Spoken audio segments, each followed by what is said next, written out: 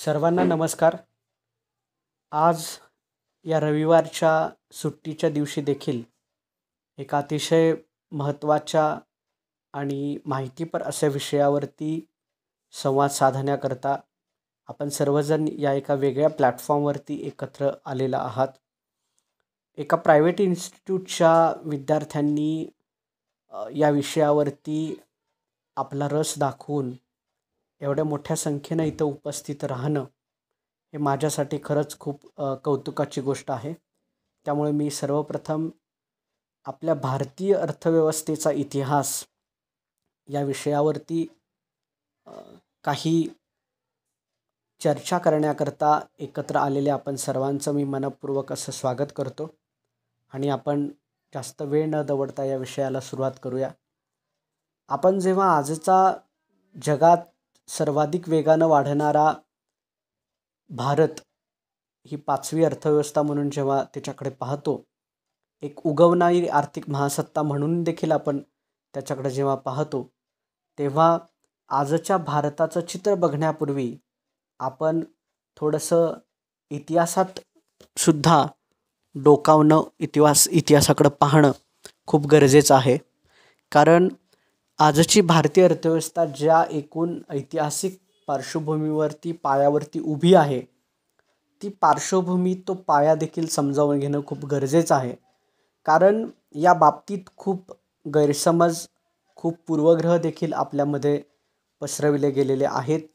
ते दूर जर केले तरच आपल्याला या भारतीय अर्थव्यवस्थेच्या इतिहासाचं, त्याच्या आजच्या एकूण विकासाचं चित्र हे साकल्यानं आपल्यापुढे येऊ शकतं. कारण काही निओलिबरल जे तज्ज्ञ आहेत त्यांच्या मते भारताची जी काही आर्थिक वाढ आणि प्रगती ही झालेली आहे, ती प्रामुख्यानं जागतिकीकरणानंतर म्हणजे 1991 सालापासूनच ती झालेली आहे. त्यांच्या मते आपला जो इतिहास आहे तो 1991 सालापासूनच काही तो सुरू होतो. त्याच्या अगोदरची जी वर्षं आहेत ती सगळी वायाच गेलेली आहेत. नेहरूंनी आपल्या देशाचं वाटोळच केलेलं आहे असंही अनेक जण म्हणतात. खरं तर त्यात काहीच तथ्य नाही आहे. कारण 1947 ते 1991 या वर्षांमध्ये अर्थव्यवस्थेचा आणि शिक्षणाचा आणि इतर अनेक मूलभूत गोष्टींचा पाया हा घातला गेलेला नसता तर 1991 नंतरची प्रगतीही कदाचित आपण करू शकलो नसतो. हे सर्वजण फार सोयीस्करपणे विसरतात. तसंच आजकाल नॅशनल इन्कम, राष्ट्रीय उत्पन्न म्हणजे GDP यामधली वाढ होणं म्हणजेच सर्वसामान्यांची सर्वांगीण प्रगती होणं, अशा प्रचाराचा भडीमार आपल्यावर सातत्यानं होतोय. याही म्हणण्याला अर्थातच फारसा काही अर्थ नाही आहे. आता आपल्याला या गोष्टी पुन्हा तपासून बघण्याची वेळ आली आहे. एकतर जागतिकीकरणानंतर खरोखरच GDP वाढला का? जर तो वाढला असेल तर तो खरंच किती वाढला? आणि सर्वात मुख्य म्हणजे कशा तऱ्हेने वाढला? तो सशक्त, टिकाऊ आणि सर्वात महत्त्वाचं म्हणजे सर्वसमावेशक होता का? आणि त्यामुळं खरंच सामान्य लोकांची परिस्थिती सुधारली का? हे सगळं आपल्याला पडताळून बघावं लागेल. स्वातंत्र्यानंतर म्हणजेच 1947 सालापासून 1980 सालापर्यंतच्या काळाला लायसेन्स राज असं उपरोधानं म्हटलं जातं. या काळामध्ये आपली आर्थिक वाढीची जी सरासरी गती आहे किंवा दर आहे तो 3.5% होता. याला हिंदू रेट ऑफ ग्रोथ असं म्हणून देखील संबोधून त्याची चेष्टा केली जाते. पण खरी जी परिस्थिती होती ती काय होती हे देखील पाहावं लागेल. कारण 1947 ते 1980 या काळामध्ये जरी आर्थिक वाढीचा दर हा सरासरी 3.5% असला तरी त्या अगोदरच्या काळात तो 0.8% होता. हे गुरुचरण दास यांनी आपल्या एका लेखामध्ये स्पष्टपणे नमूद केलेलं आपल्याला बघायला मिळतं. म्हणजेच तो जो दर आहे तो स्वातंत्र्यानंतर जवळपास 4.5% पटीपेक्षा जास्त होता. या सर्व गोष्टींकडं मात्र आजकालचे जे विश्लेषक आहेत ते सोयीस्करपणे डोळेझाक करताना दिसतात. स्वातंत्र्यापूर्वी आर्थिक वाढीचा दर कमी असण्याची अनेक कारणं आहेत. एक म्हणजे ब्रिटिशांनी आपल्याकडले उद्योग हे पूर्णपणे मारले. भारतातून कच्चा माल नेऊन इंग्लंडमधून तयार झालेला पक्का माल भारतात आणून विकला. या पद्धतीमुळे भारताची खूप एकांगी अशी वाढ झाली होती.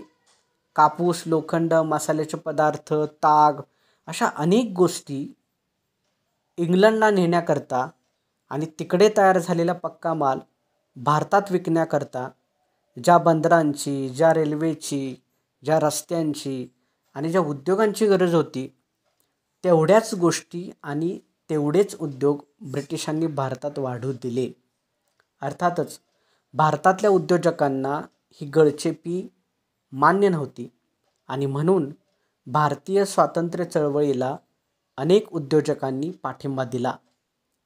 एका अर्थाने भारतीय स्वातंत्र्य लढा हा भारतीय भांडवलदार आणि इंग्लंडमधले भांडवलदार यांच्यातलाच भारतीय बाजारपेठेसाठी असलेला लढा होता. कित्येक वेळा एकमेकांशी सख्य करत पण अनेकदा एकमेकांच्या विरुद्ध ठाकत अशा तऱ्हेनं हा लढा चालू राहिला. या संघर्षात जिथे भारतीय उद्योजकांनी आक्रमक पवित्रा घेतला आणि जिथे ब्रिटिश उद्योजकांना तो फार हानिकारक नव्हता, असे उद्योग मात्र ब्रिटिशांनी भारतात वाढू दिले. या सगळ्या प्रक्रियेत एक मात्र चांगलं झालं की भारतात भांडवलशाहीची आणि लोकशाहीची बीजं ही स्वातंत्र्य मिळण्या अगोदरपासूनच रोवली गेली. भारतासाठी हे ब्रिटिश राजवटीचं वरदान म्हणावं लागेल. यामुळे भारत सरंजामशाहीतून बऱ्याच प्रमाणात डोकं वरती काढू लागला. पण एवढं असूनही भारतातले उद्योग पूर्ण खुल्या तऱ्हेनं वाढू शकले नाहीत. शिवाय ब्रिटिश काळातच शेतीची खूपच अधोगती झाली होती. म्हणून या काळात आर्थिक वाढीचा दर हा 1% कमी म्हणजे जवळपास तो 0.8% इतका होता. त्यानंतर स्वातंत्र्योत्तर काळामध्ये भारताला अर्थव्यवस्थेची पायाभरणी करायची होती. धरणं, रस्ते, राज्य परिवहन ज्याला आपण ST म्हणतो, रेल्वे, विमान वाहतूक, विमानतळ, बंदरं, जहाज वाहतूक, कालवे, पाटबंधारे, पोस्ट व्यवस्था, दूरसंचार ज्याला टेलिकॉम्स बिझनेस असं आपण म्हणतो, वीज, कोळसा, तेल, स्टील, शिक्षण आणि आरोग्य अशा अनेक बाबतीत मूलभूत उभारणी याच काळात झाली होती. ही उभारणी जरी पूर्णपणे समाधानकारक झाली नसली तरी या सगळ्याची गरज समाजाला तर होतीच, पण उद्योगधंद्यांना सुद्धा होती.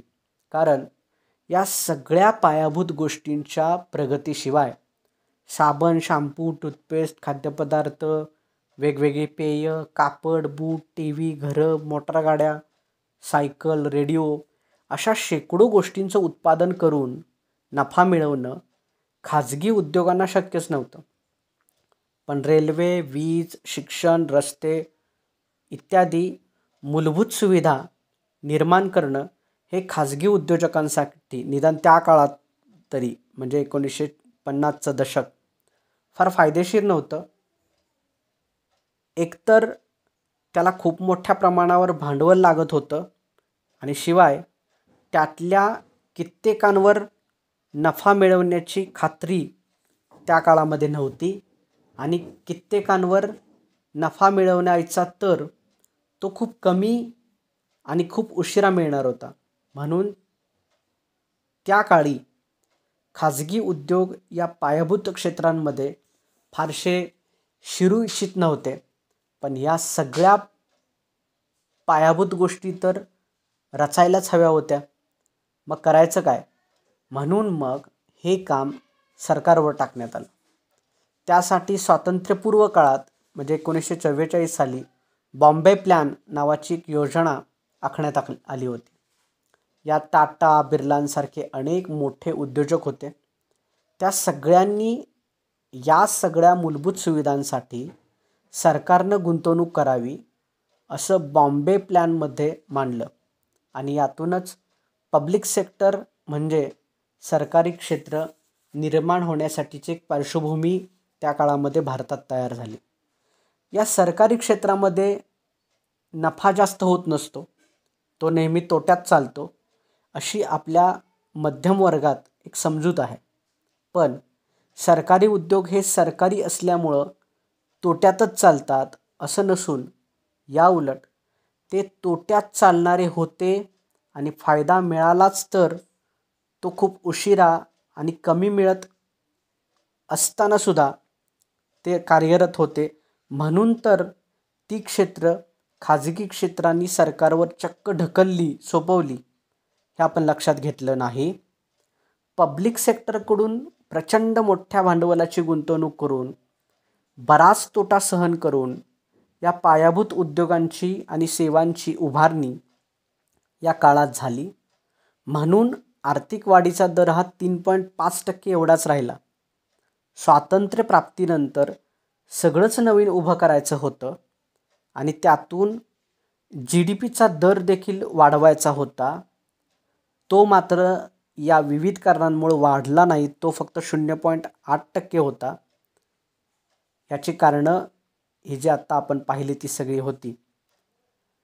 तर 3.5% आर्थिक वाढीचा दर त्या काळात जो होता तो हिंदू रेट ऑफ ग्रोथ हा आपल्याकडला खूपच म्हणजे आश्चर्यकारकरित्या चांगला होता हे या पार्श्वभूमीवर लक्षात येतं. म्हणजे पायाभूत सुविधा इतर गोष्टी नसताना ग्रोथ रेट स्वातंत्र्यपूर्व काळामध्ये 0.8% होता आणि स्वातंत्र्यप्राप्तीनंतर तो 3.5% झाला.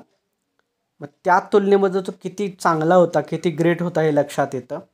पण जागतिकीकरणाच्या समर्थकांना कुठल्याही सरकारी गोष्टीचा तिटकार असल्यामुळं या हिंदू रेट ऑफ ग्रोथची फक्त टिंगलटावाळी करून लोकांची दिशाभूल करण्यामध्येच त्यांना रस असतो. पायाभूत उद्योग आणि सेवा यांच्यात झालेली वाढ, शिक्षणामधली वाढ, TIFI, BRSC, ISRO, Indian institute of science, IITM अशा अनेक संस्था, IIT सारख्या स्थापन झालेली अनेक इंजिनिअरिंग कॉलेजेस या सगळ्यांमुळं 1990च्या दशकानंतर भारताच्या इन्फोटेक्ससारख्या सेवा क्षेत्राची वाढ होऊ शकली आणि आर्थिक विकासाचा दर देखील वाढू शकला.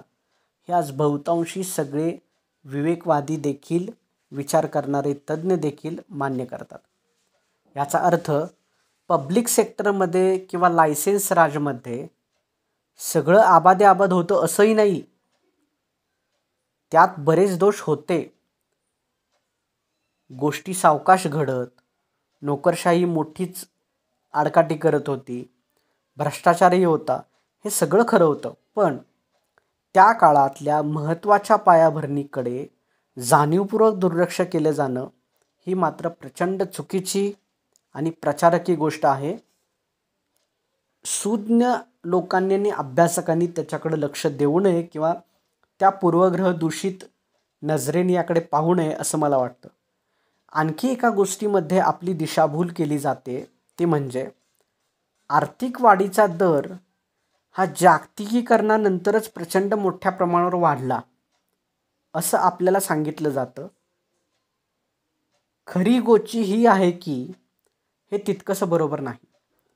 खरं तर RBIच्या सोर्स हँडबुक ऑफ स्टॅटिस्टिक्स प्रमाणे जागतिकीकरणाच्या अगोदरच्या म्हणजेच 1990च्या दशकात आपल्या GDPची सरासरी दर वार्षिक वाढ ही 5.38%नी वाढलेली होती आणि 1991 ते 2017च्या जागतिकीकरणाच्या पहिल्या 17 वर्षांच्या दरम्यानच्या काळात ती दरवर्षी 6.23%नी वाढलेली होती. म्हणजे ही जी वाढ आहे ती फक्त 0.885% एवढीच होती. त्यानंतर 2008 ते 2007च्या दरम्यानचा हा जो कालखंड आहे त्यामध्ये ती सरासरी 7.06% वाढलेली आहे. म्हणजेच जागतिकीकरणामुळं प्रचंड मोठा फरक पडला असं काही दिसून येत नाही. 2008 नंतर काही काळ GDPची वाढ बऱ्यापैकी झाली, पण आता पुन्हा GDP वाढीचा दर खाली घसरतो आहे. 2017मध्ये तो 6.74% पर्यंत खाली आला. यानंतर सरकारनं मध्यंतरीच्या काळात GDP वाढीच्या मोजमापाची पद्धत बदलली. त्यामुळे GDP वाढीचा दर हा 1.5% ते 2%नी वाढलेला आपल्याला दिसतोय. ही फक्त आकडेमोडीची खेळी होती. ती विचारात घेतली आणि जर फरक काढला तर 2017 साली GDPची वाढ फक्त 4.74 ते 5.24% एवढीच होईल. शिवाय JMUमधले एक सुप्रसिद्ध अर्थतज्ज्ञ आहेत अरुण कुमार, यांचं जर मत आपण बघितलं तर आत्ताच्या GDPचा खरा दर हा 1% ते 2% एवढाच आहे. याचं कारण नोटबंदीनंतर लघु आणि मध्यम उद्योग यांची जी वाताहत झाली त्याचा विचार या आकडेवारीत केलेला नाही. तो करावा लागेल. उदाहरणार्थ, आपण आपला GDP मोजताना संघटित क्षेत्राचाच विचार करतो, कारण तो आपल्याला मोजता येतो. असंघटित क्षेत्राविषयी मात्र आपल्याला ठोसपणे आकडे मिळत नाहीत. म्हणून आपण त्यांचा GDPतला वाटा जवळपास संघटित क्षेत्रा एवढाच आहे असे गृहीत धरतो आणि मग देशाचा GDP काढतो. पण नोटबंदीनंतर लघु मध्यम उद्योग आणि एकूणच असंघटित क्षेत्राचं प्रचंड नुकसान झालं, तरीही अधिकृत आकडेवारीमध्ये त्यांचा सहभाग पूर्वी इतकाच धरलेला आहे. हे जर विचारात घेतले तर त्यांच्या म्हणजे अरुण कुमार यांच्या मते आपली खरी GDP वाढ ही 1 ते 2% एवढीच आहे. आणि शेतीमधली उद्ध्वस्तता, वाढणारी बेरोजगारी, घटती निर्यात आणि मंदावलेले उद्योगवाढ या सगळ्या गोष्टी हेच सत्य आपल्याला उघडपणे दाखवत आहेत. एवढं असूनही जागतिकीकरणानंतर आपली आर्थिक प्रगती ही खूप वेगानं झाली असं आपण जेव्हा म्हणतो तेव्हा ते एक प्रकारचं ब्रेनवॉशिंग आहे की काय अशी दाट शंका वाटते. तरीही या सगळ्या जागतिकीकरणाच्या वर्षांचा आपण जर विचार एका बाजूला सोडून दिला आणि फक्त काही ठराविक वर्षांचा विचार केला तर GDP वाढीचा दर काही वर्षांमध्ये 8% एवढा राहिलेला होता. हे खरं आहे. पण ती वाढ कशी होती? तर ती निरोगी होती का, निकोप होती का, शाश्वत होती का याचाही विचार करायला हवा. कारण जागतिकीकरणानंतर जी वाढ झाली तीही एकांकित झालेली आहे. शेतीचा पाया भक्कम झाल्यावर उद्योगधंद्यात वाढ होणं आणि उद्योगधंद्यांचा पाया भक्कम झाल्यामुळं सेवा क्षेत्राच्या वाढीला चालना मिळणं ही अर्थव्यवस्थेच्या वाढीची एक नैसर्गिक, सुदृढ आणि टिकाऊ प्रक्रिया असते. अनेक पाश्चिमात्य राष्ट्रांमध्ये बऱ्याच प्रमाणात अशाच तऱ्हेचा विकासाचा एक रोड आपल्याला बघायला मिळतो. युरोप आणि अमेरिका यांच्या आर्थिक प्रगतीमध्ये एक सूत्र होतं. त्या आपल्या प्रगतीत कुठंच दिसत नव्हतं. त्या देशांमध्ये उद्योगांची वाढ होऊन जशी शहरं वसली तशी तिथं कामगारांची गरज वाढत गेली. पण त्याच वेळी झालेल्या औद्योगिक प्रगतीमुळे शेतीत ट्रॅक्टर्स, पंप्स आणि इतरही गोष्टी यांचा वापर मोठ्या प्रमाणावर सुरू झाला आणि त्यामुळं शेतीची उत्पादकता वाढली. यामुळे तेवढंच उत्पादन करायला शेतीतून पूर्वी एवढ्या माणसांची गरज काही राहिली नाही. त्यामुळे शेतीतले लोक शहरात यायला लागले. त्या काळी शिक्षणाचा प्रसार झाल्यामुळं आणि प्रचंड यांत्रिकीकरण झाल्यामुळं शेतीतून शहरांकडे आलेले लोकही थोडेसे प्रशिक्षण घेऊन शहरातल्या कारखान्यात काम करून आपला उदरनिर्वाह करू शकले.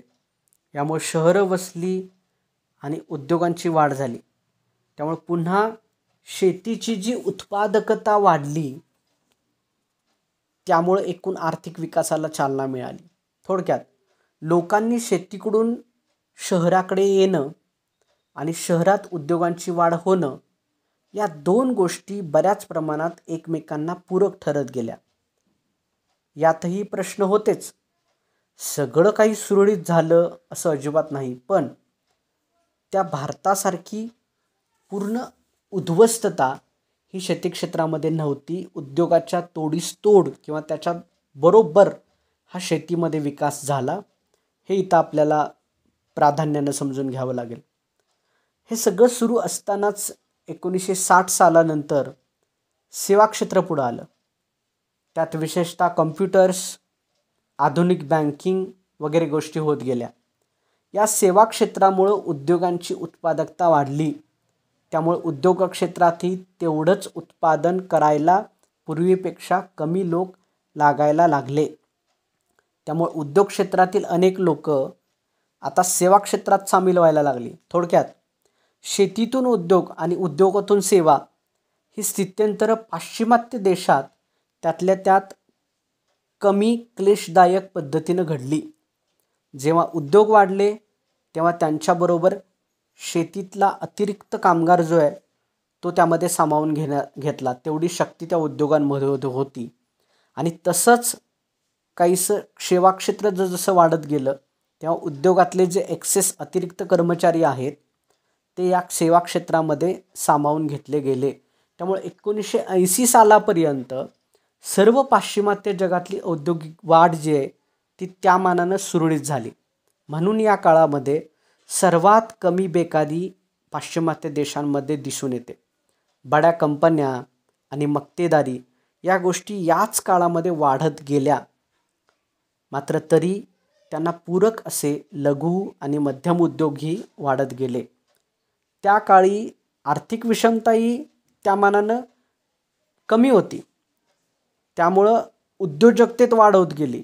थोडक्यात शेती, उद्योग आणि सेवा या क्षेत्रांतली लिंकेजेस, दुवे आपण ज्याला म्हणतो, या काळात बांधले गेले आणि त्यातून ज्यांना नवीन उद्योग काढता आले ते लोक सर्वायर झाले, किंवा ज्यांना काढता आले नाहीत, नवीन रोजगार मिळवता आले नाहीत, त्यांच्यासाठी शिक्षण, आरोग्य, बेकार भत्ता, पेन्शन अशांसारख्या गोष्टींचे कल्याणकारी संरक्षण कवच पाश्चिमात्य देशातल्या बहुतांश सरकारांनी लोकांना दिलं. परिणामी विषमता फारशी वाढू शकली नाही. शिवाय श्रीमंतांवर कराचे दर खूप जास्त ठेवले गेले. त्या काळातला सर्वाधिक मार्जिन कराचा दर जो आहे तो 91% होता. त्यामुळे विषमताही खूप कमी राहिली.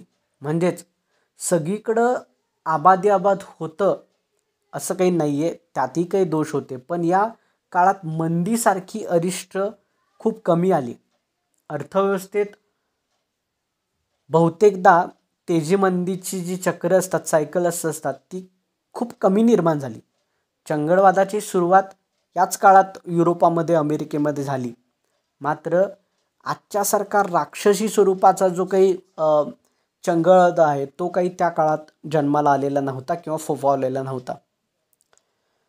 मित्रांनो, पुढं 1980 सालानंतर मात्र ही लिंकेजेस, शेती, उद्योग, सेवा याच्यामध्ये असलेले जे दुवे आहेत, लिंकेजेस आहेत, हे अशक्त होत गेले. भारतासारख्या विकसनशील देशात तर या जागतिकीकरणाच्या काळात हे दुवे, हे लिंकेजेस वाढण्या अगोदरच खुंटले किंवा नष्ट झाले.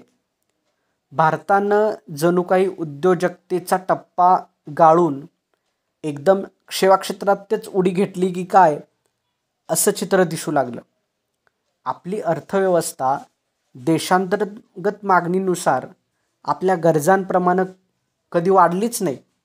ती तशी वाढण्याऐवजी एक्सपोर्ट लेट ग्रोथ म्हणजे निर्यात प्रचूर वृद्धी या नावाखाली जागतिक बाजारपेठेच्या तालावर आपण नाचायला लागलो. यामुळं या नवीन अर्थव्यवस्थेतल्या IT, banking, share market, insurance अशा क्षेत्रांची जी वाढ झाली आणि कारखानदारी, मॅन्युफॅक्चरिंग आणि शेती ही क्षेत्र त्यामागे फरफटत गेली, त्यातली लिंकेजेस दुवे कधीच भक्कमपणे पुन्हा निर्माण होऊ शकले नाहीत. त्यामुळे एका बाजूला जागतिकीकरणामुळं आणि दुसऱ्या बाजूला इतरही कारणांमुळं एकूणच शेती आणि खेडी यांची जी अधोगती सुरू झाली आणि त्यात खूप मोठ्या प्रमाणावर बेकारी आणि अर्धबेकारी निर्माण झाली. याचं जे महत्त्वाचं कारण आहे ते उद्योगधंदे या काळात न निघणं, त्यांनी जागतिक स्पर्धेत टिकून राहण्यासाठी प्रचंड यांत्रिकीकरण अवलंबणं, शिवाय यंत्र संपावर जात नाहीत, माणसांप्रमाणे तक्रार करत नाहीत. त्यामुळे उद्योजकांनी माणसांऐवजी यंत्र वापरण्याला सुरुवात करणं, त्यामुळे संघटित क्षेत्रात जी वाढ व्हायला पाहिजे ती जवळपास जॉबलेस, रोजगारविरहित वाढ व्हायला या काळात सुरुवात झाली. जागतिकीकरणाच्या या पहिल्या दशकामध्ये जेव्हा आपण GDP 7 ते 8% वाढवत होतो, तेव्हा नोकऱ्या मात्र आपण फक्त 1.3% वाढवत गेलो. आता तर हे प्रमाण जे आहे ते 10% GDPची वाढ करण्याकरता आपल्याला 1% रोजगार निर्मिती असं आपलं सूत्र झालं आहे. अझीम प्रेमजी विद्यापीठाच्या 2019 सालच्या अभ्यासावरनं ही गोष्ट प्रकर्षानं पुढे येते की 10% म्हणजे 9 ते 10%च्या GDP ग्रोथ वाढीच्या हट्टासाठी आपण केवळ 1% नवे रोजगार निर्माण करतोय. त्यातून ज्या नोकऱ्या निर्माण होत आहेत त्यात कामगारांना ती आधुनिक यंत्र चालवणं, त्यातल्या इंग्रजी सूचना वाचता येणं याची जी गरज होती, त्यामुळं शेतीतून शहराकडे जे काम करायला लोक आले त्यातल्या कित्येकांना या आधुनिक उद्योगांमध्ये नोकऱ्या, रोजगाराच्या संधी या नाकारल्या गेल्या. सेवा क्षेत्राचं चित्र जर पाहायला गेलो तर ते सुद्धा तसंच काहीसं आहे. कारण या काळात भारतात इन्फोटेक, BPOज, कॉल सेंटर्स, बँकिंग, इन्शुरन्स, पर्यटन, विमान प्रवास, hotels, share market, mutual funds, beauty parlours, TV channels, cement, ceramics, जाहिराती, खेळ, रेडिओ, सिरियल्स, RJs अशी क्षेत्र वाढत गेली. बहुतांशी या सगळ्यांमध्ये पुन्हा शिकलेल्या, स्मार्ट असलेल्या, इंग्रजी बोलणाऱ्या किंवा कुठल्याही भाषेत अस्खलित फडाफड बोलू शकणाऱ्या, संभाषण कौशल्य असलेल्या, दुसऱ्यांवर छाप पाडू शकणाऱ्या शहरी तरुणांनाच मुख्यत्वे प्राधान्य मिळत गेलं. त्यामुळे या क्षेत्रात बहुतांशी गावढळ किंवा गावाकडून आलेले बावळट लोक यांना कधीच प्रवेश मिळाला नाही. यामुळं बाकी नोकऱ्या अनेक वेळेला अगोदरच बऱ्यापैकी सुस्थितीत असणाऱ्या लोकांनी मिळवलेल्या होत्या. तिथं ग्रामीण भागातून आलेल्या, गावढळ म्हणवणाऱ्या, अशिक्षित अडाणी म्हणवणाऱ्या लोकांना मिळाल्या नाहीत. परिणामी या लोकांमध्ये बेकारीचं प्रमाण मोठ्या प्रमाणावर वाढत गेलं. बांधकामामध्ये सुद्धाच हेच दिसतं, कारण बांधकाम क्षेत्र हे सेवा क्षेत्राचाच एक भाग असतं. ते क्षेत्र देखील या काळात प्रचंड प्रमाणात वाढलं. याचं कारण नवश्रीमंत मंडळींना मोठी घरं, मॉल्स या गोष्टी हव्या होत्या. त्यांच्या या काळात अवाढव्य वेगानं वाढणाऱ्या मोटारगाड्या, रस्ते, ते रस्ते तुंबल्यानंतर सिग्नल मार्गापर्यंतचं ट्रॅफिक जॅम या गोष्टी मॅनेज करण्याकरता फ्लायओव्हर्स हवे होते, टनेल्स हवे होते, बोगदे हवे होते, बुलेट ट्रेन हवे होते, मेट्रो रेल हवी होती. त्यांच्या मोठमोठ्या गाड्यांसाठी मोठे रुंद रस्ते हवे होते. या सगळ्यांमुळं बांधकाम क्षेत्रात थोड्याफार नोकऱ्या निर्माण व्हायला सुरुवात झाली. या सगळ्यांमुळं आर्किटेक्ट्स आणि छोटे, मध्यम आणि बडे बिल्डर्स यांचं प्रचंडच फावत गेलं. आणि ते आणखीनच श्रीमंत होत गेले. या बांधकामाच्या परवानग्या देण्याकरता उद्योगात सरकारी जे कर्मचारी आहेत त्यांनी कोट्यावधी रुपयांचे भ्रष्टाचार सुरू केले.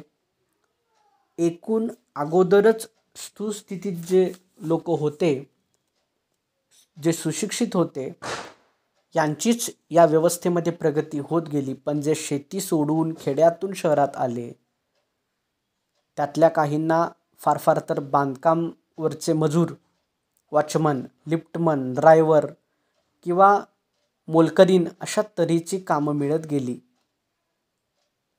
नाहीतर तीही बऱ्याचदा त्यांना नाकारली गेली, अशी सगळी परिस्थिती होती.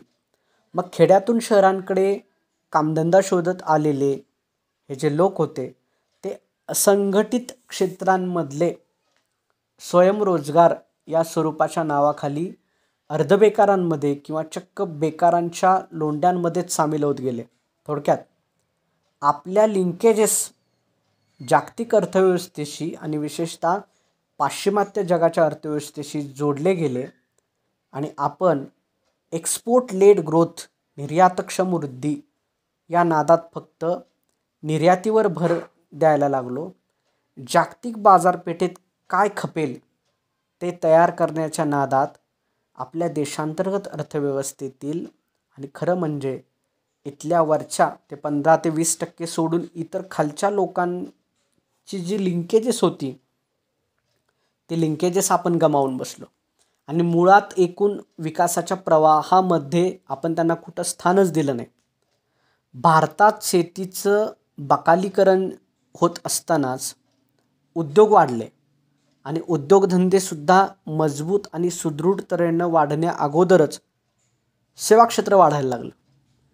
आज 57% लोक हे ग्रामीण भागात राहूनसुद्धा GDP मधलं शेतीचं जे योगदान आहे ते फक्त 17% आहे. अर्थातच शेती क्षेत्रात प्रचंड मोठ्या प्रमाणात दारिद्र्य आहे, बेकारी आहे आणि अर्धबेकारी आहे. 1991च्या म्हणजे जागतिकीकरणाच्या अगोदर शेती उत्पादनात दरवर्षी सरासरी 3.39% वाढ होत होती. ती जागतिकीकरणानंतरच्या 91 ते 2000च्या दरम्यान त्या वाढीचा जो दर आहे तो सरासरी दरवर्षी 2.77% एवढा खाली आला. म्हणजे शेती उत्पादनाच्या वाढीचा दर जागतिकीकरणानंतर चक्क घटत गेला. आज तर भारतीय शेतीमध्ये प्रचंड मोठं अरिष्ठ आलेलं आहे. 2008 सालापासून ते 2024 सालापर्यंत शेतीतली अधोगती ही कधीही संपण्याचं नावच घेत नाही, ती सातत्यानं सुरूच आहे. यातल्या कित्येक वर्षात शेतीतल्या वाढीचा दर खूप कमी आणि काही वर्षात तर तो चक्क निगेटिव्ह होता. 1995 सालापासून आत्तापर्यंत 3.5 लाख शेतकऱ्यांनी आत्महत्या केल्यात. म्हणजे दर 12 तासाला एक. Tamil Nadu state action plan on climate change TNSAPCC यांनी शेतीविषयी एक महत्त्वाचं विधान केलं आहे. ते म्हणतात शेतीतल्या 1% वाढीमुळे जे दारिद्र्य निर्मूलन होतं तेवढं दारिद्र्य निर्मूलन व्हायला इतर क्षेत्रामध्ये 2 ते 3% वाढ व्हावी लागते. असा आत्तापर्यंतचा जागतिक अनुभव आहे. एवढं असूनही आपण शेतीकडे पूर्णपणे दुर्लक्ष करत आहोत. उद्योगांचीही तीच गत आहे. 1991च्या पूर्वी उद्योगांच्या वाढीचा दर हा दरवर्षी सरासरी 6.72% होता. तो 1991 ते 2007च्या जागतिकीकरणाच्या पहिल्या टप्प्यामध्ये 6.15% घटला. म्हणजे तोही जागतिकीकरणानंतर घटलेलाच आहे. 2008 ते 2024च्या दरम्यानच्या या काळात हा दर देखील फारसा वाढलेला नाही आहे. सेवा क्षेत्राचं चित्र मात्र थोडंसं वेगळं आहे.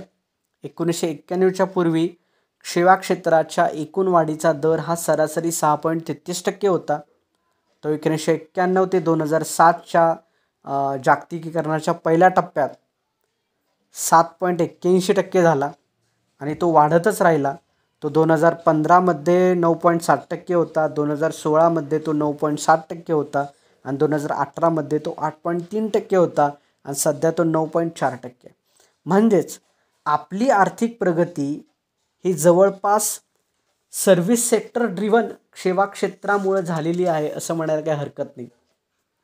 भारतात शेतीकडे पूर्णपणे दुर्लक्ष होणं, उद्योगधंद्यांकडे पुरेसे लक्ष नसणं आणि या सगळ्यांमध्ये सेवा क्षेत्र हे एखाद्या बहुराष्ट्रीय कंपन्यांसारखं मोठं होत जाणं, त्याचे शेती आणि उद्योग क्षेत्रांशी सशक्त दुवे निर्माण न होणं, त्यामुळं आर्थिक वाढ ही निरोगी तऱ्हेनं कधीच झाली नाही.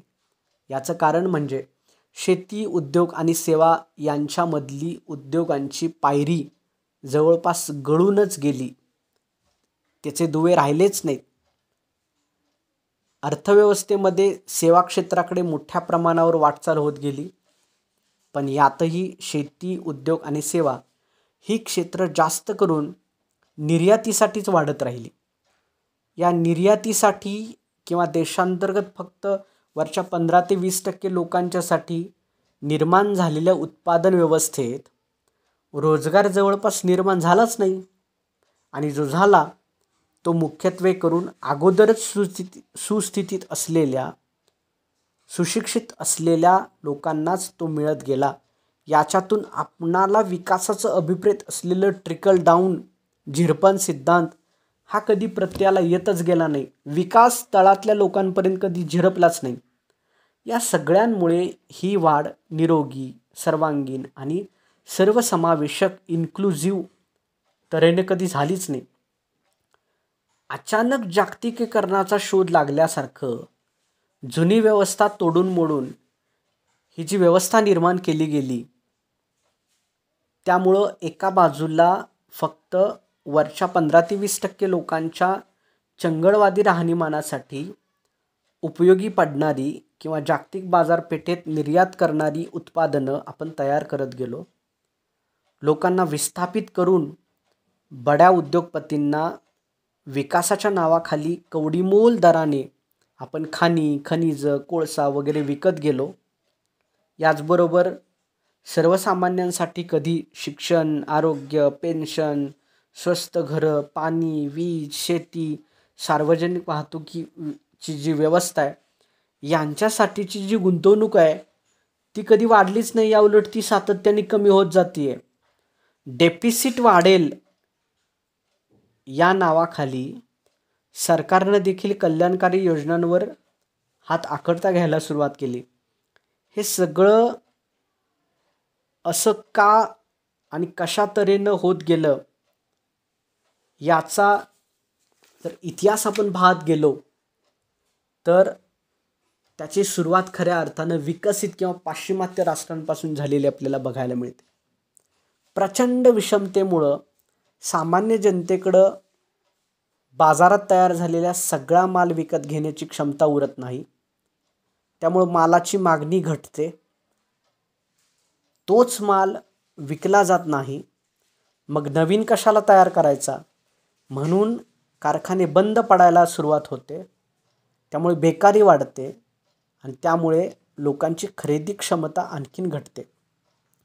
त्यामुळे माल आणखीन पडून राहणार, पुन्हा कारखाने बंद पडावे लागणार. हे दुष्टचक्र असंच चालू राहिलं तर देशाचं उत्पादन आणि GDP कमी होतो. जेव्हा GDP ओळीनं 6 महिने कमी होतो तेव्हा त्याला आपण मंदी, डिप्रेशन असं म्हणतो. आणि नंतर ही परिस्थिती तशीच सुरू राहिली तर त्याला ग्रेट डिप्रेशन, महामंदी असं आपण म्हणतो.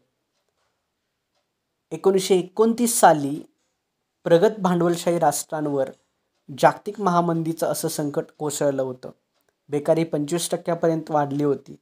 अशा परिस्थितीत खाजगी कंपन्या गुंतवणूक करायला अजिबात तयार नव्हत्या. म्हणून सरकारनंच पुढे येऊन गुंतवणूक करावी, रोजगार निर्माण करावेत.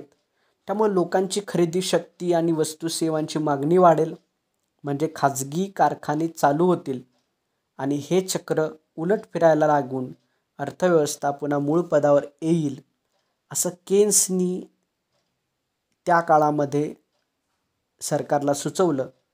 त्याप्रमाणे त्या अगोदरच्या अमेरिकन राष्ट्राध्यक्ष जे होते रूझवेल्ट यांनी सरकारी गुंतवणूक सुरू केली. यामुळे अर्थव्यवस्थेत थोडीफार सुधारणा झाली, पण तरीही अर्थव्यवस्था मूळ पदावर येईना, कारण यापेक्षा खूप मोठी सरकारी गुंतवणुकीची गरज होती. ती गुंतवणूक दुसऱ्या महायुद्धामध्ये करावी लागली. खरं तर पाश्चिमात्य जगाला जर कोणी अरिष्टातून बाहेर काढलं असेल तर ते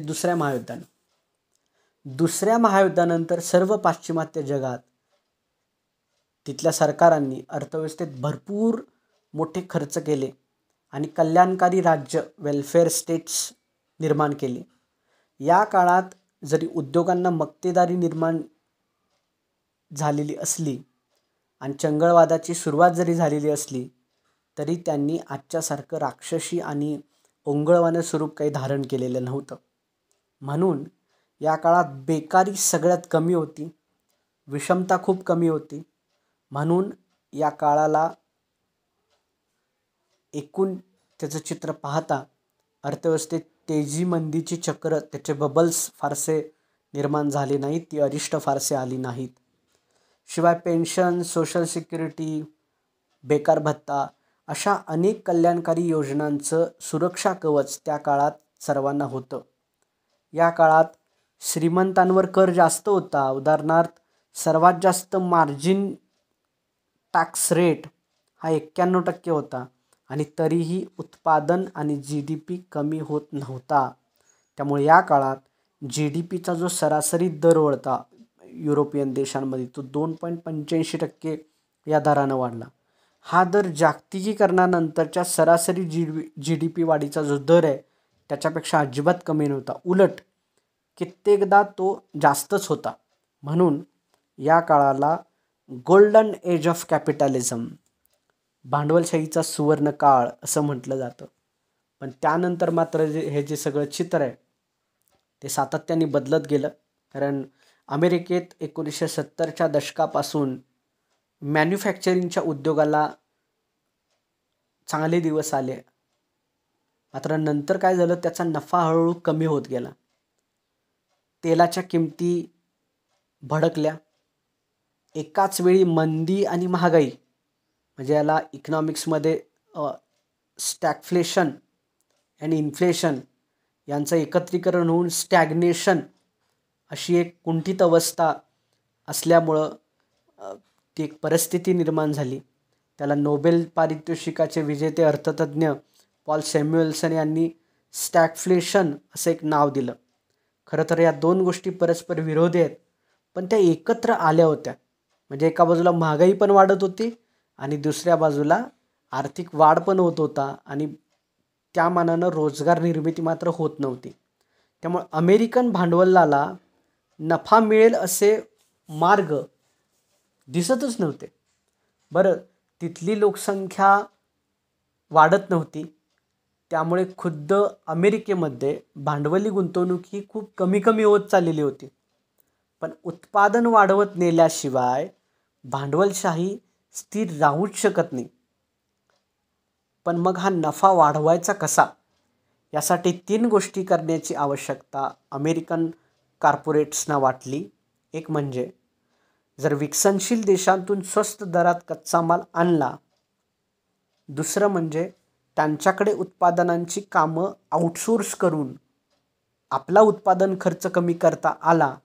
आणि तिसरं म्हणजे या प्रक्रियेत तिथे नव्यानं तयार होणारा जो मध्यम आणि उच्च मध्यम वर्ग आहे त्याला आपला जर ग्राहक बनविला तर मात्र या पेचप्रसंगातून आपल्याला सही सलामत निघता येईल, आपला नफा वाढता येईल असं त्यांना वाटू लागलं. जागतिकीकरणामुळे या 3 गोष्टी साध्य करून घेण्याकरता म्हणून किंवा त्या कल्पनेमधून 80च्या दशकानंतर विकसित देशांनी विकसनशील आणि अविकसित देशांवरती जागतिकीकरणाचा खूळ हे प्रकर्षाने लादलं. दुसऱ्या महायुद्धानंतर भारतासकट अनेक राष्ट्रही स्वतंत्र झालेली होती. यातल्या कित्येक राष्ट्रांनी स्वावलंबनाचा मार्ग देखील स्वीकारलेला होता.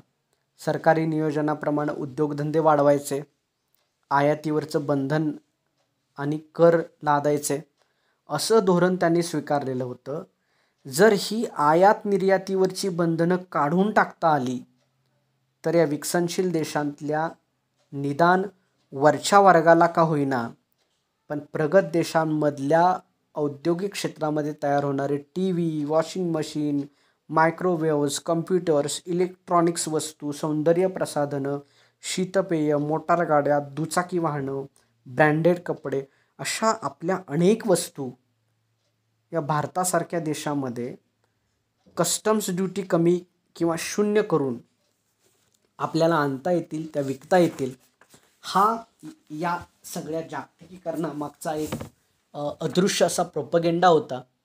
आणि उगवत्या मध्यम आणि उच्च मध्यम वर्गाला खूप तऱ्हेची स्वप्नं दाखवणं आणि त्या स्वप्नांमधून त्यांना त्या गोष्टी विकणं, यामुळं प्रगत पाश्चिमात्य देशांमधल्या मॅन्युफॅक्चरिंग क्षेत्राची मागणी आणि नफा हा प्रचंड प्रमाणात वाढणार होता, त्याला चालना मिळणार होती. तसंच जर आपलं उत्पादन आणि सेवा हे आपल्या स्वतःच्या देशातले महागडे कर्मचारी वापरून तयार करत बसलो तर मात्र आपला उत्पादन खर्च वाढेल, नफा घटेल. म्हणून त्यापेक्षा चीन, भारत आणि इतर विकसनशील देशांतल्या स्वस्त कर्मचाऱ्यांकडून त्या वस्तू उत्पादनं तयार करून घेणं हे फायद्याचं ठरेल, त्यातून आपला नफाही वाढेल असं प्रगत पाश्चिमात्य देशांना मोठ्या प्रमाणावर वाटायला लागलं. शिवाय कित्येक वेळेला प्रगत राष्ट्रात पर्यावरणासंबंधीचे कायदे एवढे कडक असतात की त्यामुळं तिथं अनेक कारखान्यांना आपली उत्पादनं करता येत नाहीत. मग हेच कारखाने पर्यावरणाचे कायदे फारसे कडक जिथं नाही आहेत अशा विकसनशील देशात काढून तिथं केलेलं उत्पादन जगभर निर्यात करता येऊ शकतं. हा एक नवीन शोध त्यांना लागला. कारण या विकसनशील आणि विकसित देशांमध्ये थेट विदेशी गुंतवणूक जर येत असेल तर ते रेड कार्पेट टाकून त्याचा स्वागत करतात. कारण त्यांना रोजगार आणि गुंतवणुकीची फार गरज असते. अशावेळी ते पर्यावरणाचे नियम निकष वगैरे काही पाळत बसत नाहीत. कारण त्यांचा प्रश्न हा भुकेचा आणि रोजगारीचा असतो. म्हणून आपल्या देशामध्ये उद्भवणारा पर्यावरणाचा ऱ्हासाचा प्रश्न हा टाळण्याकरता हा मार्ग विकसनशील देशांमध्ये उद्योग नेण्याचा त्यांनी पत्करला. पण याकरता विकसनशील देशांनी परकीय भांडवलाला आपल्या देशामध्ये येऊन कारखाने काढायला परवानगी द्यायला हवी होती. शिवाय या सगळ्या प्रक्रियेत चीनकडे मॅन्युफॅक्चरिंग आणि भारताकडे सर्व्हिसेस आउटसोर्स केल्यामुळं या दोन्ही देशांमध्ये एक मध्यम आणि उच्च मध्यम वर्ग तयार होईल. तो वाढत्या किमतींमुळे पाश्चिमात्य देशातल्या टी व्ही, मोटार गाड्या यांच्यापासून सगळ्या श्रेणीच्या वस्तू खरेदी करेल, कारण त्यांचं उत्पन्न वाढलेलं असेल. हाही यामागचा एक छुपा हेतू होता. याशिवाय प्रगत पाश्चिमात्य देशांना विकसनशील राष्ट्राला मधला जो कापूस आहे, खनिज आहेत आणि इतर कच्चा माल आहे तो स्वस्त दरानं विकत घ्यायचा होता. पण यासाठी विकसनशील राष्ट्रांनी व्यापाराची बंधनं दूर करून तो खुला करणं गरजेचं होतं. आणि त्याकरता 80 आणि 90च्या दशकामध्ये विकसित देश, त्या विकसित देशांच्या विविध संघटना यांनी या देशांवरती हे न्यू लिबरल इकॉनॉमीज किंवा नव उदारमतवादी अर्थकारण, जागतिकीकरण हे अक्षरशः लादलं. आपल्याकडे रोजगार निर्माण होईल या आशेनं पर्यावरणाच्या ऱ्हासाचा विचार न करता अनेक विकसनशील राष्ट्रांनी या एक्सपोर्ट लेड ग्रोथमध्ये भाग घ्यायला सुरुवात केली. त्याची काही ठळक उदाहरणे आपल्याला बघायला मिळतात. उदाहरणार्थ ऊर्जा निर्मितीसाठी जगभर मोठ्या प्रमाणावर मोठ्या पवनचक्क्या बसवल्या गेल्या. त्यांच्या 50 फुटांच्या पात्यांचा जो काही आवाका होता त्यांनी खूप मोठ्या प्रमाणावर प्रदूषण होतं. त्यामध्ये कामगारांच्या आरोग्याची मोठ्या प्रमाणावर हानी होते. त्यामुळे पाश्चिमात्य देशांमध्ये त्यांच्या निर्मितीवर कडक निर्बंध आहेत. पण भारतात अशी पाती बनवण्याचे लगेच 8 ते 10 कारखाने त्या काळात सुरू झाले. क्रोम प्लेटिंगचा तसंच ते करताना त्यातून प्रचंड प्रमाणात होणारं प्रदूषण, पाणी प्रदूषण, त्यामुळे प्रगत देशांमध्ये त्यावर बंदी आहे. पण भारतात हे उद्योग मोठ्या प्रमाणावर वाढले. अनेक विकसनशील देशात हेच चित्र दिसतं. शिवाय अशा अनेक उद्योगात कोट्यावधी बालकामगार देखील वापरले जातात. त्यांचंही मोठ्या प्रमाणावर शोषण होतं. हे माहीत असूनही प्रगत राष्ट्र त्यांचे उद्योग या देशांमध्ये आउटसोर्स करायला लागले आणि आपला उत्पादन खर्च कसा कमी होईल याच्या प्रोव्हिजन्स त्या माध्यमातून त्यांनी करून घेतल्या. आफ्रिकेत आणि इतर अनेक भागात उद्योगाला आणि पर्यावरणाला हानिकारक असे अनेक उद्योग केवळ पाश्चिमात्य देशांची भूक भागवण्यासाठी आणि विकसनशील देशांमध्ये रोजगार निर्माण करण्यासाठी उदयाला आले, येत गेले. पण त्यामुळं पर्यावरणाची अतोनात अशी हानी झाली. उदाहरणार्थ, अमेरिकेत बीफला खूप मागणी आहे. तिथे हॅम्बर्गर सर्वात प्रिय आहे. त्यासाठी लाखो जनावरांना कमीत कमी 18 महिने खाऊ पिऊ घालावं लागतं. त्यांना चारा पाणी आणि त्यांच्या खाद्यपदार्थांसाठी जमीन मिळवावी लागते. मग या सगळ्याकरता ॲमेझॉनमध्ये प्रचंड प्रमाणावर जंगलतोड झाली आणि त्याचा पर्यावरणावर खूप वाईट परिणाम झाला. म्हणून अमेरिकेत बीफ तयार न करता ते ब्राझील आणि इतर देशांमधून आयात केलं जाऊ लागलं. पण या प्रकारांमुळं ॲमेझॉनमधली लाखो हेक्टर सदाहरित जंगलं नष्ट झाली. म्हणूनच याला हॅम्बर्गर इफेक्ट म्हणतात. अमेरिकेमध्ये अनेक युरोपियन देशांमध्ये ब्लॅक टायगर प्रॉन्सन्स याची खूप मागणी आहे. ही मागणी पूर्ण करण्याकरता थायलंडच्या किनारपट्टीच्या शेतकऱ्यांनी शेती सोडून चक्क फ्रॉन्सन्सचं उत्पादन करायला सुरुवात केली. वर्षातून 3दा या फ्रॉन्सन्सचं पीक काढता येतं. पण प्रत्येक वेळेला पीक काढल्यानंतर जमिनीवर त्याची विष्ठा, कवचं, रसायनं आणि कुजलेले अन्न असे पदार्थ असलेल्या मातीचा गाळ तयार होतो. तो काढला तर गरजेचंच आहे, पण तो जवळपास शेतात पसरल्यामुळं तिथं शेती करणं कायमचं अवघड होऊन जातं. पावसामुळे हा गाळ सगळीकडे पसरत जातो आणि तो सगळा भागच यामुळं प्रदूषित होतो. या व्यवसायामुळं पर्यावरणाची जरी अतोनात हानी झाली असली तरी फ्रान्सचे शेतकरी मात्र अबजादित झाले आणि मग ते चैनी, दारू आणि जुगार यात पैसा उधळत गेले. अर्थात त्यामुळे रोजगार आणि GDP वाढला, पण त्यांची भयानक किंमत इतर जनतेला भोगावी लागली. डॉक्टर गुरुदास नुलकरांसारख्यांनी अनर्थशास्त्रमध्ये याविषयी खूप सविस्तरपणे याची माहिती मांडलेली आहे.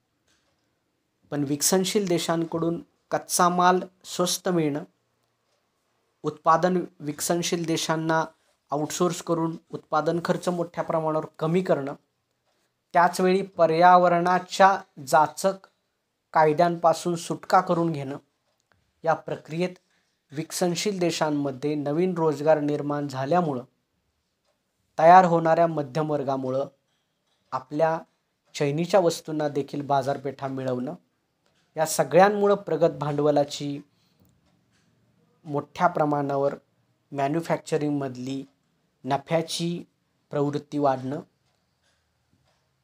अशा अनेक गोष्टी घडत गेल्या. उरलेले जे भांडवलदार आहेत त्यांनी मात्र याचा फायदा फारसा उचलला नाही. मग त्यांनी काय करायचं हा प्रश्न पुढं आला आणि तो खराही ठरला. मग पाश्चिमात्य उद्योजकांनी हाच पैसा शेअर बाजारामध्ये सट्टेबाजीने लावून त्यातून नफा मिळवायला सुरुवात केली आणि यातूनच वित्त भांडवल संचय, ज्याला आपण म्हणतो की फायनान्शियल कॅपिटॅलिझमचं एक नवीन पर्व सुरू झालं. आणि पूर्वी फायनान्स म्हटलं की त्यात मॅन्युफॅक्चरिंगच्या उद्योगांसाठी कुठून भांडवल जमा करायचं यासाठीचा जो विचार व्हायचा, त्यामुळं फायनान्स हा मॅन्युफॅक्चरिंगशी घट्ट जोडलेला गेला होता. पण आता तोच पैसा शेअर मार्केटमध्ये आणि त्यासारख्या अनेक प्रोडक्ट्समध्ये, म्हणजे उदाहरणार्थ म्युच्युअल फंड्स असतील, बॉन्ड्स असतील आणि वेगवेगळ्या कमोडिटीज असतील, यामध्ये सट्टेबाजीसाठी गुंतवला जाऊ लागला. त्यात जास्त नफा गुंतवणूकदारांना मिळायला लागला. या सगळ्यामुळं फायनान्सचं इतर अर्थव्यवस्थेची जे एक नातं होतं ते कमकुवत होत गेलं. त्याचं स्वतःचंच एक विश्व आता निर्माण झालं. यालाच फायनान्शियलायझेशन, फायनान्सिझम असं देखील म्हटलं जाऊ लागलं. आणि या मग अमेरिकन भांडवलाला मोठ्या प्रमाणात सट्टेबाजीत उतरलेलं जगानं पाहिलं. याच वेळी प्रगत देशातल्या उद्योगातल्या नफ्याच्या आणि GDPच्या वाढीचा जो दर आहे त्याच्यापेक्षा भारतासारख्या विकसनशील देशाच्या GDP वाढीचा आणि तिथल्या उद्योगात मिळणाऱ्या नफ्याचा जो दर आहे तो जास्त आहे आणि तो काही काळ का होईना पण वाढतच राहील. आणि त्यामुळं भारताचा जे शेअर मार्केट आहे ते प्रगत पाश्चिमात्य देशातले जे शेअर मार्केट्स आहेत त्याच्यापेक्षा जास्त वेगाने वाढत राहील असे अनेकांच्या लक्षात येत गेले. त्यामुळे मग आपला पैसा हा भारतासारख्या विकसनशील देशांच्या शेअर मार्केटमध्ये का गुंतवू नये असं त्यांना वाटायला लागलं. पण त्यासाठी भारतात आपल्या शेअर मार्केटमध्ये परकीय भांडवलाला गुंतवणूक करण्यासाठी परवानगी देणं गरजेचं होतं. हेही जागतिकीकरणामुळेच शक्य होणार होतं, कारण हे सगळे बंधनकारक जाचक लायसन्स राजमध्ये शक्य नव्हतं. त्यामुळं 1980च्या दशकापासून सगळ्या प्रगत भांडवलशाही राष्ट्रांनी जागतिकीकरणाचा प्रचार प्रसार हा मोठ्या प्रमाणावर केला आणि त्याचा स्वीकार करण्यासाठी विकसनशील राष्ट्रांवरती फार मोठ्या प्रमाणावर दबाव आणायला सुरुवात केली. ते कुठल्या तरी संधीची वाटच बघत होते. आणि 1991 साली भारतात जेव्हा परकीय चलनाचं अरिष्ट उद्भवलं, आपल्या चुकीच्या धोरणांमुळे उद्ध्वस्त झालेली अर्थव्यवस्थाचं चित्र पुढं आलं, तेव्हा IMF आणि वर्ल्ड बँक यांना ती आयती संधी चालून आली. आणि त्यामुळे या अरिष्ठातून बाहेर पडण्यासाठी जेव्हा भारत कर्ज मागायला त्यांच्याकडे गेला तेव्हा त्यांनी भारताला कर्ज दिलं, पण जागतिकीकरण स्वीकारण्याच्या अटीवर दिलं. भारतानं आणि इतर विकसनशील देशांनी जागतिकीकरणाच्या अटी मान्य केल्यानंतर पाश्चिमात्य प्रगत भांडवलशाही देशाला पैसा अनेक विकसनशील देशातल्या शेअर मार्केट्समध्ये आणि इतर वित्तीय संस्थांत यायला सुरुवात झाली. ही सर्व अवाढव्य जागतिक गुंतवणूक आणि त्यातले असंख्य फायनान्शियल प्रोडक्ट्स या सगळ्यांचं नियोजन करण्यासाठी त्यांना माहिती तंत्रज्ञानाची म्हणजे इन्फॉर्मेशन टेक्नॉलॉजीची मोठ्या प्रमाणात गरज होती. आणि यावेळी त्यांना हार्डवेअरसाठी चीन आणि सॉफ्टवेअरसाठी भारत हे 2 देश सापडले. भारतातले लाखो प्रोग्रॅमर्स या कामासाठी उपयोगी पडतील असं त्यावेळचं त्यांचं एक गणित होतं. ज्या प्रोग्रॅमरला अमेरिकेत दर तासाला $80 ते $100 द्यावे लागतात होते, तिथे आता त्यांना भारतीय प्रोग्रॅमरसाठी भारतीय कंपनीला अमेरिकेत काम करण्याकरता ऑन साईड किंवा ऑफ साईड दर तासाला $50 ते $60 द्यावे लागणार होते. काम मात्र तेवढंच होतं.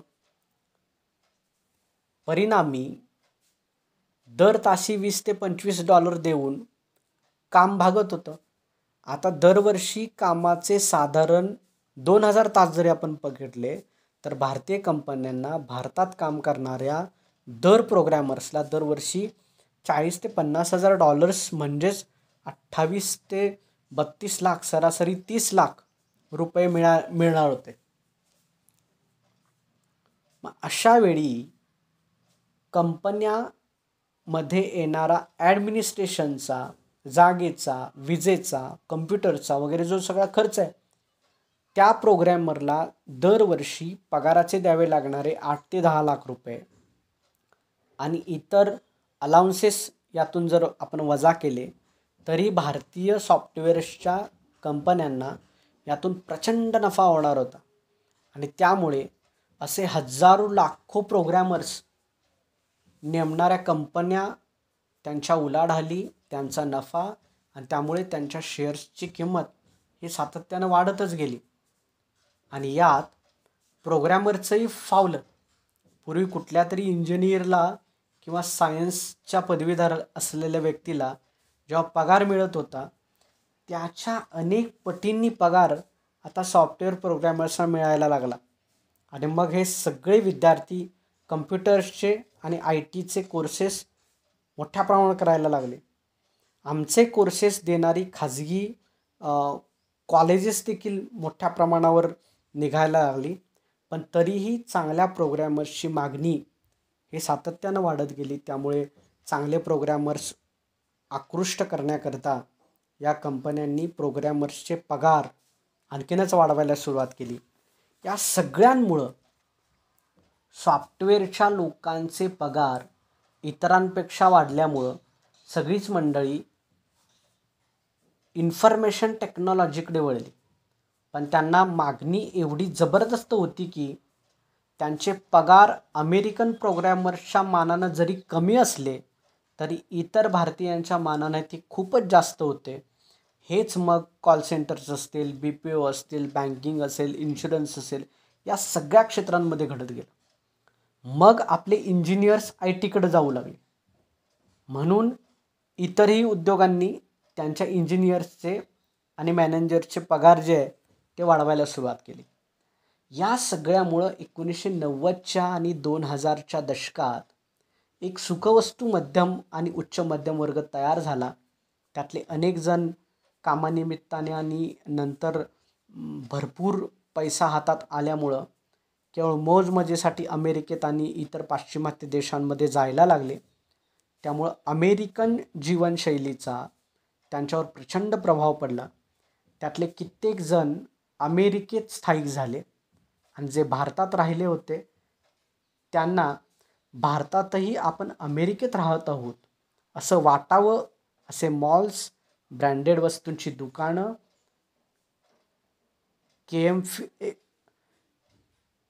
KFCs, McDonald, Subway, cafe coffee इत्यादी आणि तत्सम अनेक गोष्टी सुरू झाल्या.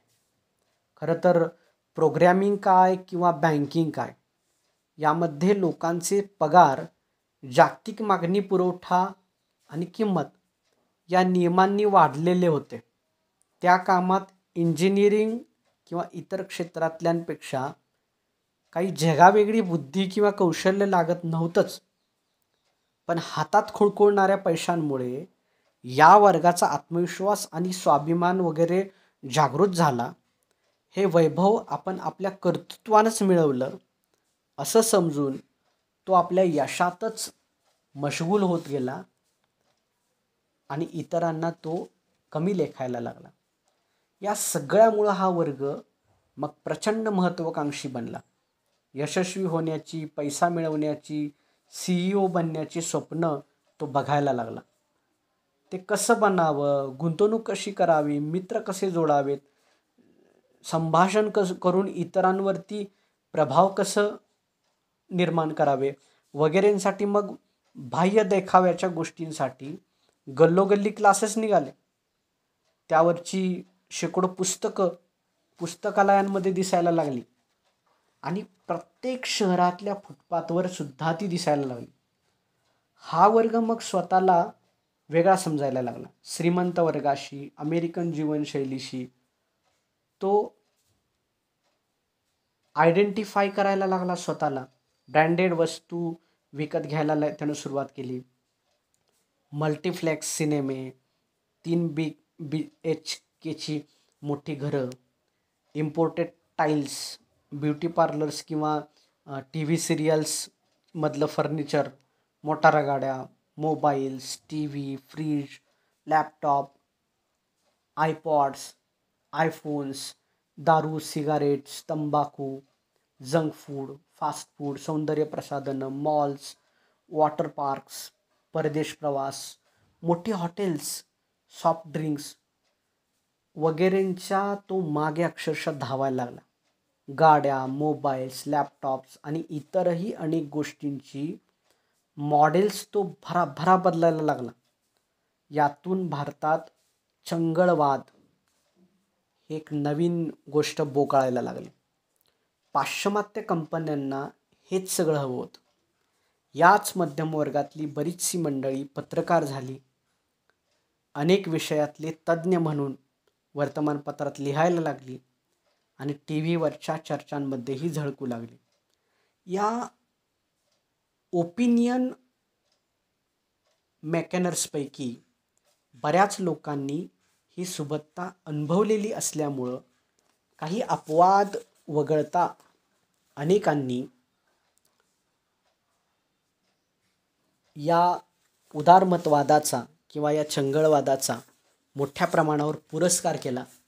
त्याचीच री त्यांनी ओढायला सुरुवात केली आणि त्यातून जागतिकीकरणाला एक प्रकारची प्रतिष्ठा प्राप्त व्हायला सुरुवात झाली आणि सगळी माध्यमं, त्यांच्यावरच्या बातम्या, त्यांच्यावर दाखवल्या जाणाऱ्या सिरियल्स याही चमको झाल्या. सगळ्या सिरियल्समध्ये चकचकीत श्रीमंत घरं दिसायला लागली. त्यामध्ये कामगारांचं काय, पण चाळीत राहणारा किंवा अगदी फ्लॅटमध्येही राहणाऱ्या मध्यमवर्गाचं नाव निशाणसुद्धा दिसायचं कमी झालं. सगळीकडे महालात किंवा मोठ्या बंगल्यात राहणारे हिरोज आपल्याला दिसायला लागले. या चैनीच्या चंगळवादी वस्तूंच्या जाहिराती दर मिनिटाला आपल्या डोळ्यांवर आणि कानांवर आदळायला लागल्या. सगळे CEO आणि कंपन्यांचे मालक यांच्या यशाची उदाहरणं आणि त्यांचेच आदर्श सतत लोकांसमोर ठेवले जायला लागले. बलात्कार, आत्महत्या किंवा अशी काही सनसनाटी बातमी सोडली तर शेतीमधलं अरिष्ट, कामगार, त्यांचे प्रश्न, स्त्रियांवरचे अत्याचार, पर्यावरणाचा होणारा ऱ्हास अशा गोष्टींविषयी माध्यमांमध्ये खूप कमी चर्चा दिसायला लागली. जवळपास सगळ्या वर्तमानपत्रांच्या जाहिराती, नटनट्यांच्या किंवा क्रिकेटर्सच्या बातम्या, खाण्याचे पदार्थ, हॉटेल्स, फॅशन किंवा फिटनेसच्या टिप्स, प्रवास अशाच गोष्टींनी जास्तीत जास्त जागा व्यापायला त्यांनी सुरुवात केली.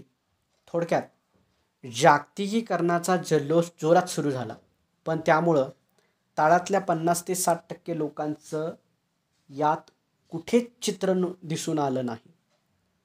याचबरोबर भारतीय बँकांमध्ये सुद्धा व्याजदर कमी केल्यामुळं हा श्रीमंत, मध्यम किंवा उच्च मध्यम वर्ग भरभराट टी व्ही, फ्रीज, मोटारगाड्या आणि घरं बँकांनी दिलेल्या कर्जांवर विकत घ्यायला त्यांनी सुरुवात केली आणि या सगळ्या चंगळवादी वस्तूंची ही वाढती मागणी पूर्ण करण्याकरता भारतीय आणि परदेशी उद्योजकांनी कमी व्याजदरावर जो पैसा कर्जाऊ घेतला, मोठ्या प्रमाणात उद्योगधंदे काढले. एवढं करूनही मागणी वाढली नाही आणि उद्योगधंद्यात वाढ झाली नाही तर परिस्थिती बिकट होईल हे जाणून सरकारनं 5वा, 6वा आणि 7वा वेतन आयोग लागू केला. याचे 2 परिणाम झाले. एक म्हणजे शिक्षक, प्राध्यापक आणि सरकारी कर्मचारी या मध्यम वर्गानं उच्च मध्यम वर्गात प्रवेश केला आणि त्यामुळं beauty parlour, cricket, T V, serials, multiplex, सिनेमे, पर्यटन, करमणूक, मोटारगाड्या, टी व्ही, फ्रीज, घरं यांसारख्या अनेक गोष्टींची मागणी खूप मोठ्या प्रमाणावर वाढली. त्यामुळं शिक्षण क्षेत्रात नवनवं शिक्षण आणि ज्ञान वाढवणं यांपेक्षा काही अपवाद वगळता कित्येक शिक्षक वर्गात कशाबशा पार्ट्या टाकून बाहेर प्लॉट्स, बंगले कुठे घ्यायचे, मोटार गाडीचं कुठलं मॉडेल घ्यायचं वगैरे गोष्टींच्या मागे हे सगळे लोक धावायला लागले आणि तेही या चंगळवादी अर्थव्यवस्थेचा एक महत्त्वाचा भाग बनले. पण याचबरोबर दुसरीही एक महत्त्वाची गोष्ट घडली, ती म्हणजे या विद्यार्थ्यांवर आपल्या मतांनी संस्कार करणारे, त्यांना घडवणारे शिक्षक आणि प्राध्यापक हेच आता वेतन आयोगामुळे जागतिकीकरणाचे गोडवे गायला लागले आणि त्यामुळे या व्यवस्थेला निदान वैचारिक विरोध करणारी एक विवेकशील, मध्यमवर्गीय, तरुण, बंडखोर आणि प्रस्थापितांना आव्हान देणारी पिढी कधी निर्माणच झाली नाही. आणि ती निर्माण होऊ नये अशी खबरदारी देखील घेतली गेली. या आणि अशा इतर कारणांमुळे 2000च्या दशकापर्यंत भारताचा GDP जरी जास्त वेगाने वाढला असला तरी ही वाढ सुदृढ आणि निरोगी नव्हती.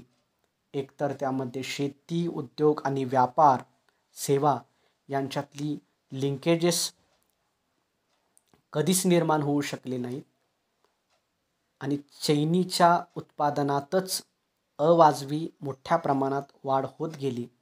थोडक्यात याही वाढीचा सामान्यांना त्यांच्या आयुष्याला काही फायदा झाला नाही. त्यामुळे भारतात इंडिया आणि भारत असे चक्क 2 भाग पडलेले आज आपण पाहतोय.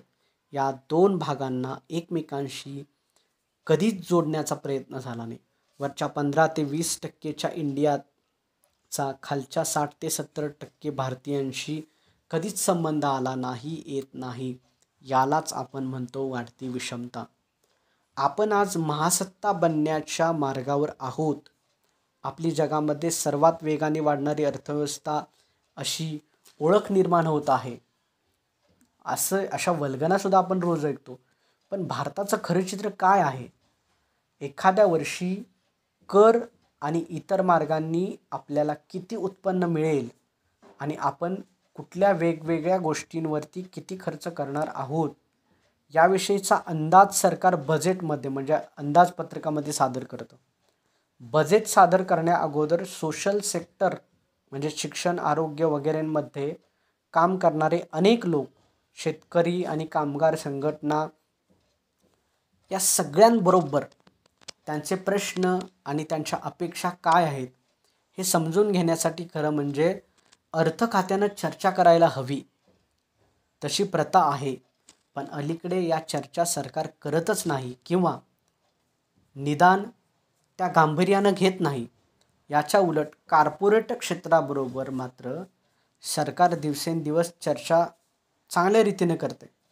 फिक्की आणि CII यांच्याबरोबर चर्चा करून त्यांचे म्हणणे विचारात घेऊन आणि शेअर मार्केट कसं पडणार नाही याची काळजी घेऊन थोडक्यात मग बजेट तयार करताना फक्त वरच्या श्रीमंत वर्गाचाच विचार केला जातो.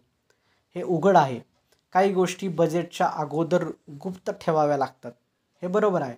पण सोशल सेक्टरवर म्हणजे शिक्षण, आरोग्य, सार्वजनिक वाहतूक व्यवस्था, सामाजिक सुरक्षा, सोशल सिक्युरिटी, पेन्शन वगैरे गोष्टींचा आपण किती खर्च करत आहोत, किती करायला पाहिजे यावर मुक्त चर्चा झाली पाहिजे. त्यावर वादविवाद झाले पाहिजेत आणि मगच ती धोरणं ठरवून त्यांचा बजेटमध्ये अंतर्भाव केला गेला पाहिजे. पण अलीकडं तसं होताना दिसत नाही. आपल्या सरकारनं खरं तर सर्वसामान्यांकरता आरोग्य, शिक्षण, सामाजिक ज्या सुरक्षा, पेन्शन, पाणी, वीज, स्वच्छतागृहे, सार्वजनिक वाहतूक व्यवस्था, स्वस्त घरं अशा अनेक बाबींवर भरपूर खर्च करायला पाहिजे. पण सरकार तसा तो करत नाही. महासत्तेचं स्वप्न बघणाऱ्या भारतासारख्या देशाने सर्वप्रथम या गोष्टींवर भर देऊन पुढची अनेक वर्षे भरपूर पैसा यावर खर्च केला तर आणि तरच भारत एक सुसंस्कृत, सुशिक्षित, सुदृढ, स्वच्छ, आनंदी आणि सर्वांना समान संधी देणारा देश म्हणून ओळखला जाईल. पण तसं करायचं म्हटलं तर सरकारकडे पैसा कुठे आहे असा प्रश्न प्रस्थापित निओलिबरल म्हणजे नव उदारमतवादी सातत्याने विचारत असतात. त्या विचारवंतांना आणि अर्थतज्ज्ञांना आपण असाही प्रश्न विचारायला हवं की अशा कल्याणकारी गोष्टींवरचा खर्च उलट कमी करावा, नाहीतर डेफिसिट वाढेल, महागाई वाढेल असा जो तुमचा दावा आहे, असा जो तुमचा युक्तिवाद आहे, त्या युक्तिवादाच्या अंमलबजावणीतून गेली 30-35 वर्ष आपण नेमकं देशाच्या आर्थिक विकासाला कुठं घेऊन गेलेलो आहे.